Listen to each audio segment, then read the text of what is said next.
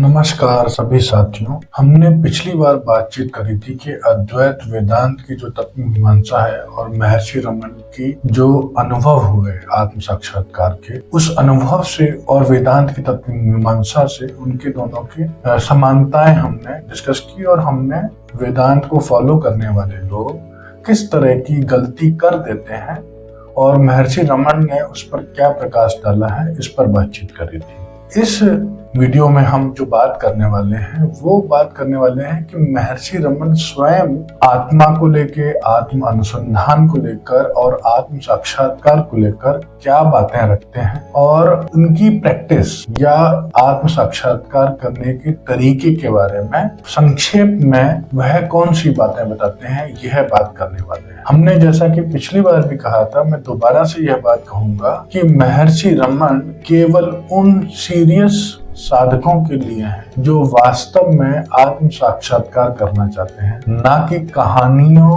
और मनगढ़ंत विधियां और उन सारे जिसे बोलते हैं गोरख धंधे में फंसे रहना चाहते हैं। यह उनके लिए नहीं है। महर्षि रमन की देशना उन सारे जाल, उन सारे भ्रमों से उंगली पकड़ के निकालने में मदद करते हैं। इस बातचीत को महर्षि रमन की दो प्रमुख टर्म्स हैं जिनके आधार पर हम इस पूरी बातचीत को समझते हैं कि आखिर व्यवहार में हम रमन की देशनाओं को कैसे लेके आए। पहले हम थोड़ी सी थ्योरेटिकल सैद्धांतिक बात करेंगे जो बहुत संक्षेप में होगी और उसके बाद हम व्यवहारिक बातचीत करेंगे कि उन्होंने व्यवहारिक तरीके क्या बताए। जहां तक बात है सैद्धांतिक पक्ष की, तो दो शब्द हैं। पहला है आत्म साक्षात्कार और दूसरा है आत्म अनुसंधान। जब आत्म साक्षात्कार की बात करते हैं तो अंग्रेजी में इसके लिए शब्द यूज किया जाता है सेल्फ रियलाइजेशन, और आत्म अनुसंधान मतलब सेल्फ इंक्वायरी। हमारा गोल है आत्म साक्षात्कार, टू नो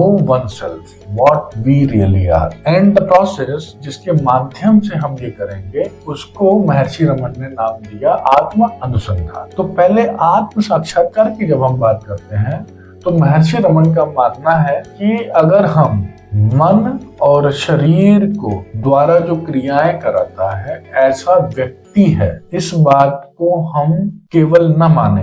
मन और शरीर के पीछे कोई व्यक्ति है जो इनसे कार्य कराता है, सिर्फ इस बात को हम न मानने से ही आत्म साक्षात्कार हो सकता है। यह इतना सरल और स्पष्ट है, लेकिन यह कहने से और सुनने से ऐसा होता नहीं है। हम में से बहुत सारे लोगों के साथ जो बहुत लंबे समय से प्रयास कर रहे हैं, तरह तरह की विधियों का इस्तेमाल कर रहे हैं, तरह तरह के धार्मिक संस्थाओं में जा रहे हैं और तरह तरह की पुस्तकें पढ़ रहे हैं, उसके बावजूद वह इसे नहीं कर पाते हैं। हमें सैद्धांतिक रूप से तो यह बात कई बार समझ में भी आ जाती है, तार्किक रूप से हमें लगता है कि हाँ ये बात सही है, लेकिन हम जब महसूसियत के लेवल पर आते हैं या उसे हम समझने के लिए या उसको हम जीवन में उतारें, ऐसा नहीं हो पाता है।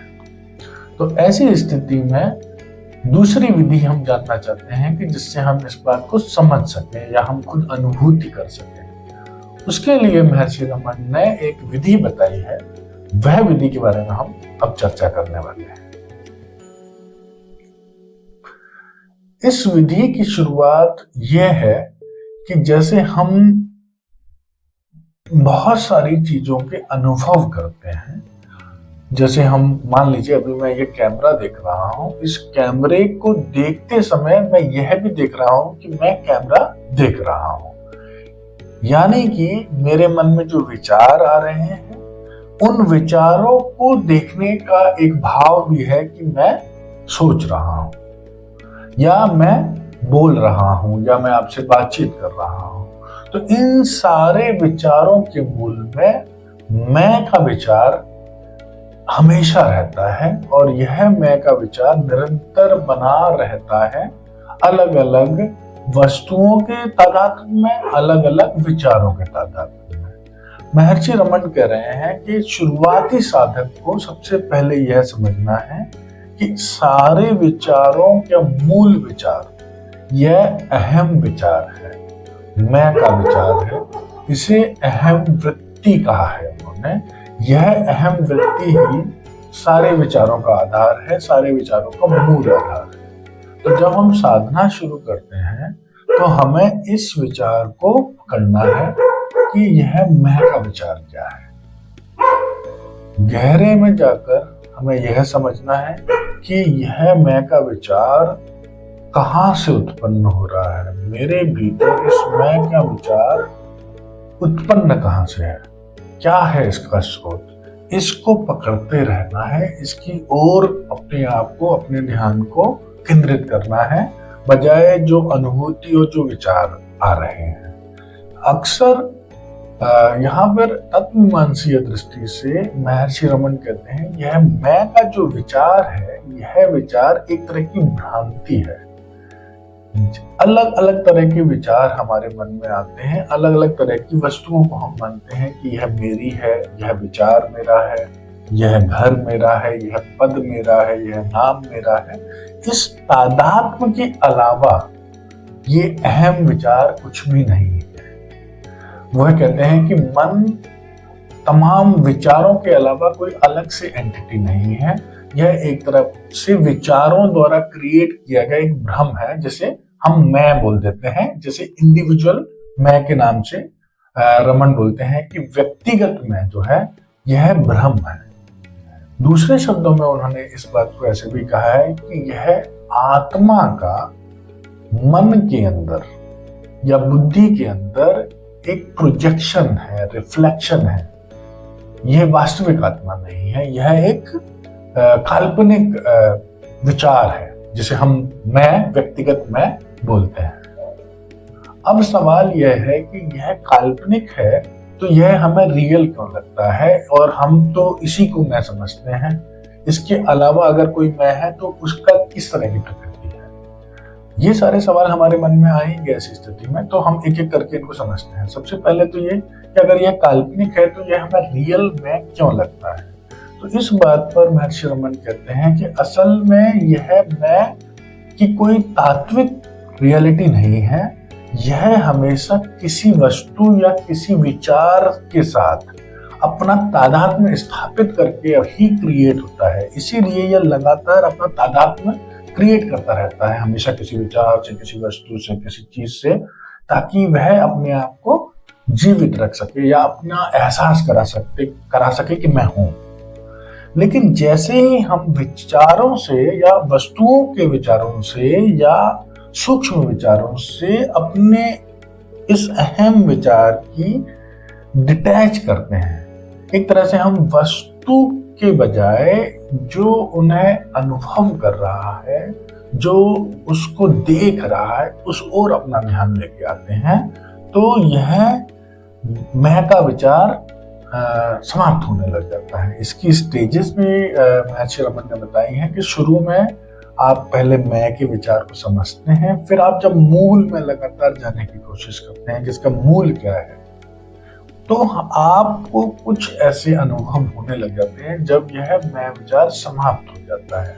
शुरू में कुछ क्षणों के लिए ऐसा होता है कि आप मैं विचार के साथ ना रह के आप सिर्फ होते हैं। जब आप सोचते हैं कि मैं हूं, तब आप होते नहीं हैं, आप अहम विचार या अहम वृत्ति के साथ में इमेजिन करते हैं। जब आप होते हैं तो वह जो होना है वह प्योर सत्ता है, वह इंडिविजुअल मैं नहीं है, जिसको महर्षि रमन वास्तविक आत्मा बोलते हैं या आत्मा बोलते हैं, जो सिर्फ सत्ता है, जो सिर्फ है। अब इस चीज को अगर हम कैसे समझें, इसमें समस्या ये आती है, जैसे उन्होंने ये बोला है कि अहम वृत्ति जो है बेसिकली आत्मा से उत्पन्न होती है एक, और इसका उदय होता है और यह अस्त भी आत्मा में हो जाती है जब हम इस अहम वृत्ति से अपने आप को मुक्त कर लेते हैं। या इसके लिए एक शब्द यूज किया है कि इस अहम वृत्ति की एक आदत है जो हमेशा से है, वो ये है कि यह विचारों से या वस्तुओं से अपने आप को अटैच करती है, तादात्म्य स्थापित करती है, उनसे आइडेंटिफाई कर लेती है। जैसे जैसे हम यह ध्यान करते हैं कि हम वस्तु के बजाय उस ऑब्जर्वर को, जो इसको महसूस कर रहा है, उसकी ओर ध्यान ले जाते हैं, मैं वृत्ति की ओर ध्यान देने जाने लगते हैं, तो इसकी अटैच होने की आदत, वस्तुओं से चिपकने की आदत और उसके द्वारा खुद को क्रिएट करने की आदत धीरे धीरे कम होने लग जाती है और अंत में स्टेज बाय स्टेज यह पूरी तरह से विलीन हो जाता है जो इंडिविजुअल सेल्फ है। और जो रियल सेल्फ है उसे यूनिवर्सल सेल्फ वैदांतिक दृष्टि में सच्चित आनंद उस अवस्था में स्थापित हो जाता है पुनः। अब दूसरी चीज जो महर्षि रमन बोल रहे हैं कि इसे यह जो पूरा प्रयास है यह सौम्य प्रयास है, इसमें हमें बहुत अपने जबरदस्ती बहुत कठिन प्रयास नहीं करने हैं और दमन नहीं करना है किसी भी चीज का। विचार आ रहे हैं, उन्हें आते रहने देना है, जैसे ही हमें याद आए हमें पुनः अपने मैं के भाव में, उस भाव में वापस आना है जो इन सब चीजों को दृष्टा है और अपने ध्यान को उस दृष्टा पे लगाना है। और जैसे धीरे धीरे जैसे जैसे ये अवस्था बढ़ती जाती है जहां पर आप केवल होते हैं, चिंतन नहीं करते हैं, ऐसी अवस्था जैसे जैसे बढ़ती है वैसे वैसे आपकी प्रयास करने की जरूरत भी कम होती चली जाती है, क्योंकि वह आपकी वास्तविक अवस्था है, वह यहाँ पहले से उपस्थित है। बस हमें जो अहम वृत्ति है उसमें हम इतने व्यस्त रहते हैं उसे क्रिएट करने में कि हम अपनी वास्तविक सत्ता को महसूस नहीं कर पाते हैं। तो हमें इसको दूसरे शब्दों में एक लाइन उन्होंने बोली है कि हमें करने से होने की ओर जाना है। जब हम करते हैं चीजें तो फिर हम अहम वृत्ति को जन्म देते हैं, अहम वृत्ति का निर्माण करते हैं। जब हम होते हैं तो हमारी अहम वृत्ति समाप्त होने लग जाती है और हम अपने वास्तविक स्वरूप को प्राप्त करने लग जाते हैं। इसलिए बलात् प्रयास पर उनका बिल्कुल जोर नहीं है, उनका एक सौम्य प्रयास है जिसमें आप अपने ध्यान को ऑब्जेक्ट की बजाय सब्जेक्ट पर, जो इस सारी चीजों को ऑब्जर्व कर रहा है, इस सारी चीजों को महसूस कर रहा है, उसकी ओर पलट देना है।